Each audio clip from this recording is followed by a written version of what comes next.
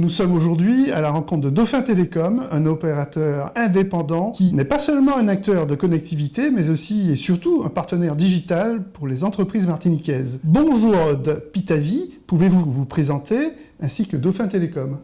Bonjour, je m'appelle donc Aude Pitavi, je suis chargée de communication et relations publiques pour Dauphin Télécom Business, qui est une division du groupe Dauphin Télécom, né à Saint-Martin, présent sur 5 départements, Saint-Barthélemy, Saint-Martin, Guadeloupe, Martinique et Guyane.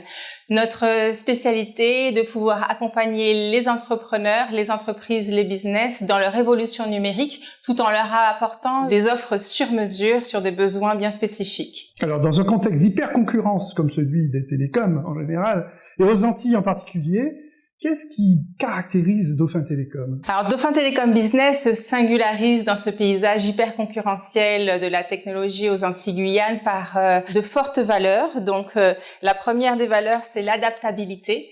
Dauphin Télécom Business est agile, ingénieux, il personnalise la relation du service client en fonction de la situation précise. L'une des valeurs également, c'est la passion. On cherche en permanence à innover et à partager notre passion pour les nouvelles technologies. Et surtout, j'ai envie de dire, la proximité. Nous comprenons les besoins locaux, nous offrons un service client local. Il faut savoir que notre service client est basé en Guadeloupe et Dauphin Télécom implique les cadres et l'entourage dans les décisions stratégiques de l'entreprise. Et enfin, l'écoute active. Nous sommes à l'écoute de nos clients, à l'écoute de nos collaborateurs et nous les accompagnons dans l'utilisation des nouvelles technologies. Alors, quels sont les enjeux pour Dauphin Télécom? Les enjeux pour Dauphin Télécom Business sont riches et challengeants. Ils incluent la nécessité permanente de se renouveler en termes de technologie, donc plus particulièrement la téléphonie IP Centrex, la connectivité à haut débit, le cloud, la visioconférence. Donc nous nous efforçons de maintenir notre esprit de start-up et de rester flexible et de s'adapter à l'évolution technologique. Comment vous imaginez les télécoms dans 10 ans? Dans 10 ans, j'imagine la télécommunication encore plus intégrée, encore plus flexible et plus adaptée.